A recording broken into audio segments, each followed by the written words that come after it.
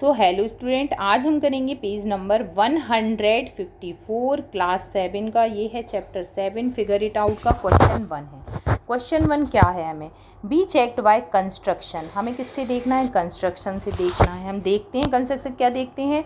There are no triangle having side length 3 centimetre 4 centimetre 8 centimetre. इन side length का कोई triangle नहीं है। सिमिलर हमें और भी साइड लेंथ दी गई है। Check if you could have found this without trying to construct the triangle. क्या आप बिना ट्राइंगल कंस्ट्रक्ट करे आप ये चेक कर सकते हैं? तो आपको क्या होना चाहिए? ट्राइंगल इनइक्वालिटी थ्योरम पता होना चाहिए। सो ट्राइंगल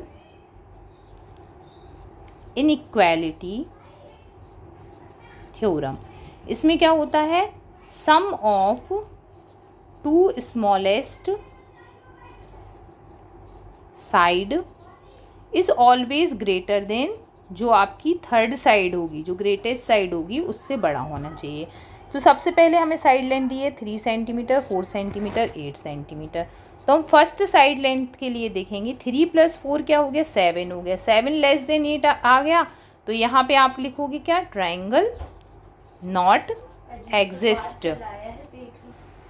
अब सिमिलर हमें दूसरी साइड लेंथ दी गई है 2 सेंटीमीटर 3 सेंटीमीटर एंड 6 सेंटीमीटर। तो इसमें हम करेंगे 2 + 3 = क्या आ गया? 5। 5 लेस देन 6। ठीक है, तो यहाँ पे क्या होगा आपका? यहाँ पे आपका जो ट्राइंगल होगा वो नॉट एग्जिस्ट होगा। ठीक है। Now question 2, can we say anything about the existence of triangle for each of the following set of length. अब हमें ये सेट ऑफ लेंथ गिवन है। क्या ट्राइंगल आपका एग्जिस्ट करता है? नहीं करता है। हमें ऐसे जब भी क्वेश्चन आए हमें क्या करना है? ट्राइंगल इनइक्वालिटी से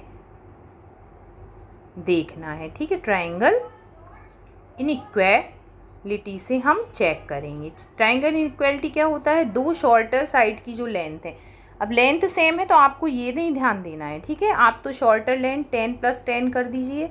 ये आ गया 20। ये थर्ड साइड से बड़ा होना चाहिए, पर यहाँ पे क्या है? ये छोटा है। तो ये ट्राइंगल क्या हो जाएगा? Not exist. ठीक है। सेकंड वाला 10 और 5 को 5 + 10 = 15। ये भी लेस देन 20 है, थर्ड साइड से छोटा है, तो यहाँ भी ट्राइंगल नॉट एग्जिस्ट। ठीक है। इसके बाद 12 और 20।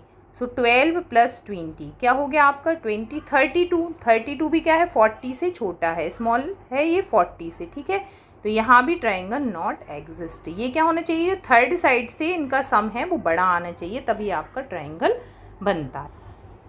नाउ क्वेश्चन 3 है, for each set of length seen for you might have notice that in at least 2 of the comparison.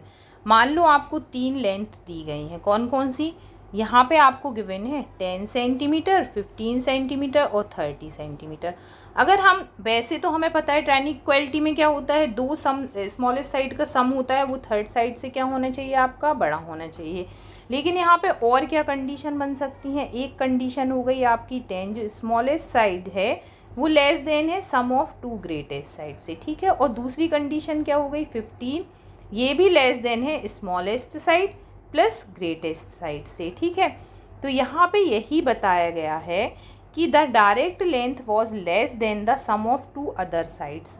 कि जो डायरेक्ट लेंथ मतलब कि जो छोटी वाली लेंथ होती है वो हमेशा छोटी होती है दो जो अदर साइड हैं उनकी लेंथ के सम से। ठीक है, फॉर एग्जाम्पल हमें 10 सेंटीमीटर 15 सेंटीमीटर 30 सेंटीमीटर दिया है। There are 2 comparison where this happen, but this isn't happen for third length. पर थर्ड लेंथ के साथ ऐसा नहीं होता है, यही हमें दिखाया गया है। यहाँ जो फर्स्ट कंपैरिजन है इसमें इनने क्या करा है?